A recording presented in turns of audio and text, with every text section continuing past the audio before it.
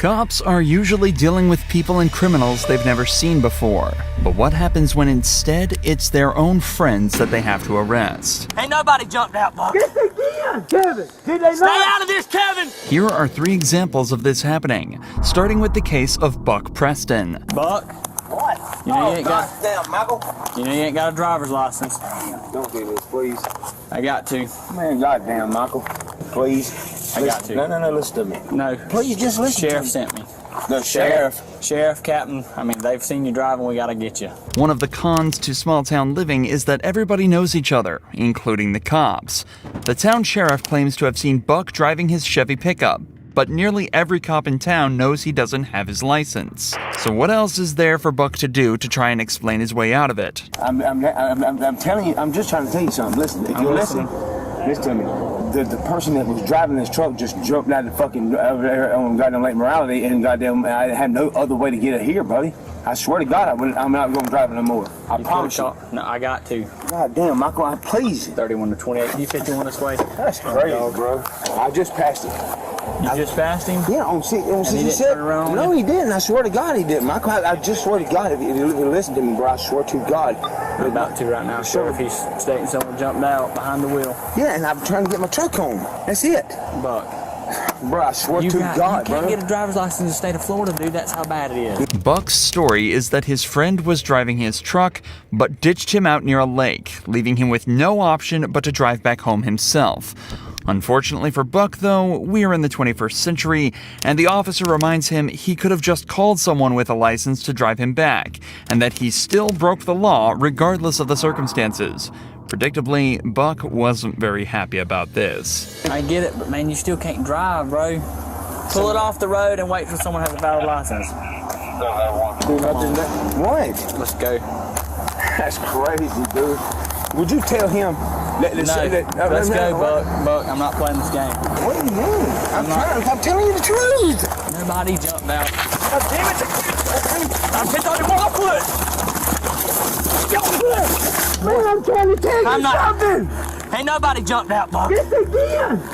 Kevin, did they Stay not? out of this, Kevin! Did they not? Kevin, back up. Kevin, you stay out of this. Did they not jump out? Back up, Kevin. God damn, dude. I'm telling you respect when you gonna run from me like that. Get up! Despite the chase not lasting very long at all this did was add an extra charge to Buck's already fairly long list. And given how close everyone seems to be here, you just know this police chase is gonna be the talk of the town. Part of the struggle on the ground had to be cut, but the cops reported that Buck resisted so hard that they had to deploy a taser to make him calm down. The footage returns when Buck was fully restrained and handcuffed. Buck was taken to the officer's patrol vehicle and driven back to the station. Obviously angry, he decided to make the conversation on the way back personal. I don't talk to you about your mom in this. I don't give a fuck if you talk to me about my mom or not. Leave my family out of this, dog. All I'm saying is this. Would she be proud of you for sticking that fucking taser to me when I was not even resisting when you done that? You're resisting. What the fuck I was? You had me. Yeah, that's why we had each other in headlocks. Whatever. Look, Buck. Yeah. Stop bringing my mom into it. Mr. McFarland would be real proud too, huh? There's little information about what happened to Buck after this video, but it's likely he was charged with driving without a license and resisting arrest. There's an argument that Buck could also be hit with fleeing to elude an officer, but this is a felony that comes with a 5-year prison sentence. It's more likely the officer gave his friend the misdemeanor charge worth just a couple months in jail. It's unlikely the suspects in this next case got the same treatments though, as it wasn't just a civilian caught breaking the law, but also their cop friend. Hello. How you doing? Reason I stopped you is your right brake light is out. Who do you work for? So did you stop me because my right brake light is out? Yeah. Or did you stop me to ask me who I work for? Well, I'm asking you both. DCS. What? DCS. DCS. What's DCS? You don't know what Department of DCS? Children's Services? As he mentioned, the suspect named Petra Edgerton was originally pulled over for a broken brake light, but the officer quickly noticed something else, a police badge around Petra's neck. Firstly, this cop doesn't recognize the supposed officer, but it's also unusual to see a police officer driving around in a broken car. Something feels off, so the cop decides to investigate further. See your license then? Do you have your badge on you? Like your ID badge? I have badge for. Being a police officer. See, this is what's conflicting. You're asking me all those questions. Right. Saying you stopped me for my right brake light. So if you're a police officer, you understand what probable cause is, right? So what's the problem with that? Your right brake light's out. My right brake light wasn't out when you followed me out of the gas station. Yeah, it is. It's out right now. The car wasn't even on when you followed me out of the Doesn't gas matter. You're driving with a brake light out on the streets, so it's an equipment Okay, you violation. followed me out of the gas station. I saw it when you were pulling out. At this point, the brake light issue is the least of the cops' worries. It's difficult to classify what exactly an off-duty officer is supposed to act like, but something about Pectra is triggering alarm bells for the cop. She's acting defensive, being closed off, and giving strange, vague answers to questions that a real cop would be able to answer. So it's time to quit the games and figure out exactly what's going on here. Look, long story short, I just want to know who you work for. And that's the issue. Why do you want to know who I work for? Because I've never seen you around here before. You're not a police officer that works here. You don't know who I am. If That's you just right. said you never seen me. Right. So, are you a police officer or are you not a police officer? So because a black person walks into a store with a badge and a gun, it's an issue. That has But nothing to do never with you seen being me. black. Are you a police officer or you're not a police officer? Not a police officer. You're not a police officer? No. So why would you go into Quick Trip and get free food with your badge and gun? Because I'm an officer. You don't have to be a police officer to go in there. I've been doing it for 3 years. So you're not a It's not- certified police It's officer. not probable cause. It's a personal thing. There are a dozen ways for a cop to prove that they work for a certain agency.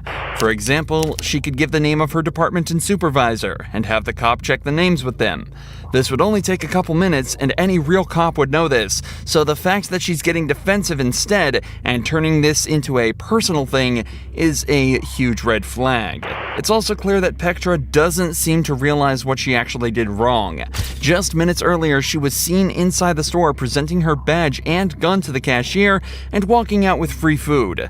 This isn't just cop impersonation, it's theft. So the cop needs to get to the bottom of this. Did I steal from Are you Quick Trip? yeah, if you're not a police I officer. did not steal from Quick Trip. I went up to the register, spoke to the guy that works there, and told him I had his drink. So you're presenting yourself as a police officer with your badge and your gun on the side. Okay, Do you understand that? I do understand that. But my issue with you is, you've seen that. You say because you've never seen me before. So And who do you work followed for? me out of the store. Who do you work for? Are you Who is following me DCS? How long have you been working? 12 years, 13 So years. How do you not know what DCS is? There's, like I said, is it Department of Children's Services? What is it? Explain it to me. I don't have to explain myself to you. If you're gonna give me a ticket for the tail light, you give me a ticket for the tail light. Okay. You see your license? Since he's getting nothing out of Pectra, the cop decides to call up DCS himself, and his suspicions get instantly confirmed. Who's your supervisor? What does that have to do with my brake light? What it has to do with is you've told me you're a police officer or you're an officer for DCS. I've got DCS on the phone. They say you don't work there. So who's your supervisor? It seems that the suspect knows at least something about policing, as she chooses to remain silent from now on. So the cop turns his attention to the passenger of this vehicle, who at this point hasn't said a word. When he asks for her ID, he gets a huge surprise. I have one of your employees here, Brandy Green. She was with her friend, Pectra Edgerton. Brandy decided that she was going to give Pectra her badge and her gun to go into Quick Trip and get some food. So I pulled them over for a broken tail light. Pectra was driving. She had the badge on and the gun on. When I pulled them over, she identified herself as a DCS officer and then later admitted to not being a DCS officer. And your employee, Brandy Green, admitted to giving her the gun and the badge to go into Quick Trip to get the free food. After investigating just a little further, both Pectra and the actual cop, Brandy Green, admit to everything.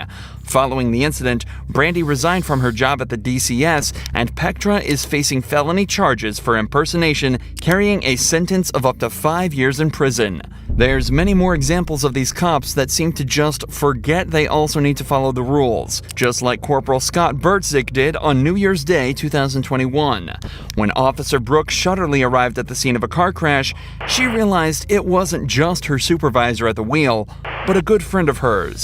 So, Reached out for my lighter, slammed into his ass. cool. Yeah, not really. Not really. Are you okay? Oh yeah, no, I'm good. Your car's fucked up. No, absolutely. Which I just fucking fixed. Obviously, Brooke and Scott are familiar with each other, and curiously, Scott holds nothing back when describing exactly how the incident went down. It's clear that Scott is the one at fault here, so before going any further, Brooke decides to call back to the base to ask whether or not it's okay for her to be handling this incident. This crash, Birdie, so come work it? Okay. I can't remember. It's been a long time since I've worked a crash with one of us in it, so. No, he's not on duty. He's in his POV. I just didn't want there to be any, conflict of interest type issues. All right, that was it. I just want to make sure. All right, bye. Damn it, Birdie. Brooke is given the go-ahead and told that there should be no issues with her handling this case, but that was before she noticed this. You good? Wait. Huh? Wait on his way. He's not coming. Good? Walking home, but yep, I'm good. So, Birdie, you giving me some indicators? Oh, Listen. good woman. Listen. Valdez is coming out just to... I'm not going to lie to you about it. She's on her way? Yeah, she's on her way. I'm not really comfortable with this whole thing at all, but I'm not going to lie to you about it. Oh, no. I don't mean to put you in that Indy. Yep. From now on, you know how it goes. You can't consume anything, okay? Because right now you're being detained. Wait, what? It's obvious that Scott is under the influence of something. Judging by his slurred speech, slowed reactions, and slight loss of motor control, Brooke is fairly sure he's been drinking. At this point, Scott is no longer her supervisor. He's just a suspect in a case, and what's more, he's drunk and likely unpredictable, a combination which can be incredibly threatening to a female officer. Please don't make my life difficult. I would never do that to you. Okay, I'm very uncomfortable right now. And I apologize for putting you in that position. Are you on? Yes, I am. And I'm going to remain on for integrity. You know you can't smoke right now. Why? Because if I'm going to do a DUI investigation, it impedes it, so you can't consume anything. I want to get that dog. That is a really cute dog. Fear aggression issue. You can always train a dog. You can't consume anything. You're killing me. Trying. What's too late now? After a short wait, another officer arrives at the scene, meaning they can finally start getting to the bottom of all of this with some sobriety tests. These lasted over 10 minutes, but it's not hard to tell how they went by just looking at a few seconds of them. You may begin the test. 1, 2, 3.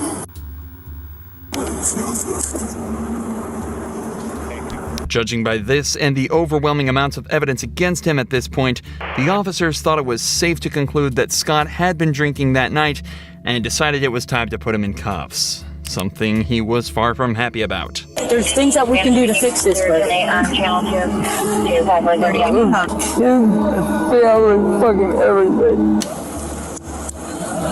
It's got the hinge locks. okay. Good to go? Despite Scott being one of the most polite and respectful suspects ever on this channel, he was actually hit with a better sentence than the majority of criminal cops. After blowing a .156 back at the station, he was charged with driving under the influence and damaging property.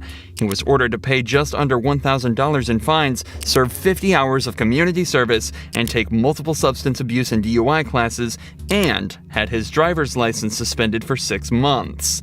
He was also sued by the driver of the vehicle he hit, and a cash settlement was reached. And on top of all of that, he also was suspended without pay for a week and given a last chance agreement, meaning one more slip up and he was out for good.